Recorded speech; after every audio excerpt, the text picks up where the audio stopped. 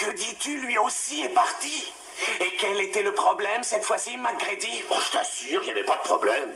Ça n'aurait aucun rapport avec quelque chose que tu lui aurais dit. Oui, peut-être. Je te tiens personnellement responsable, McGrady. Chaque fois que nous embauchons un nouveau gardien, il ne reste pas plus de 15 jours. À présent, nous en sommes à combien? 3, 4? Ça doit faire 3. Sincèrement, je ne crois pas qu'il soit nécessaire d'embaucher quelqu'un d'autre. Je suis encore capable de tenir seul ce poste. Écoute, tu es ici depuis longtemps. Et tu sais aussi bien que moi qu'il nous faut un second gardien qui puisse te remplacer au pied levé si tu ne pouvais venir à ton travail.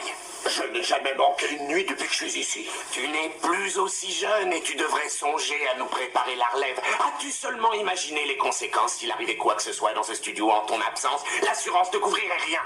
Ce studio est désert depuis près de 30 ans. Arrête, assez d'excuses. Je veux que tu trouves un nouveau gardien. Et attention cette fois-ci, trouve-en un qui restera suffisamment longtemps. Ou sois certain que j'en embaucherai 2 autres. Comme ça, je n'étais pas sûr de te trouver ici à cette heure. Justement, je me préparais à partir, alors qu'est-ce que tu veux? Les créatures se sont échappées. Ce sont celles pour lesquelles j'ai tenté de t'avertir quand j'ai pris mes fonctions ici. Et tu viens me raconter une nouvelle fois cette vieille histoire sur ces farfadets. Oui, je suis content que tu te rappelles d'eux. Comment pourrais-je oublier ces conneries? Sors d'ici tout de suite, tu me fais perdre mon temps. Mais tu comprends pas. Elles se sont enfuies cette nuit. Elles sont quelque part en ville. J'ai envoyé nos collègues à leur recherche. Quoi? Ça veut dire qu'il n'y a actuellement personne pour surveiller l'entrée principale?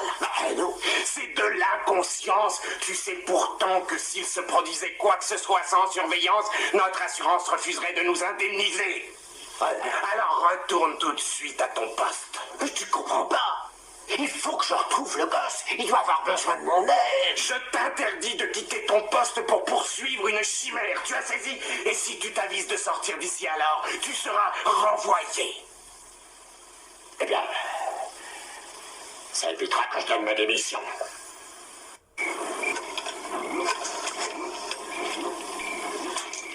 Allô, monsieur Comstock? Oui, je me rends compte de l'heure tardive. Je suis désolé de te réveiller, mais il y a eu un accident au studio. Une explosion dans la chambre forte. Oui, Comstock, tout l'étage est actuellement en feu.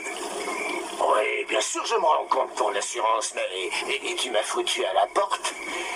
Et il n'y avait personne en surveillance quand c'est arrivé. De quoi parles-tu? Comment ça, une explosion? Ça ne peut pas exploser, rien ne peut exploser, tu m'entends? Excusez-moi, monsieur. Je peux me servir du téléphone?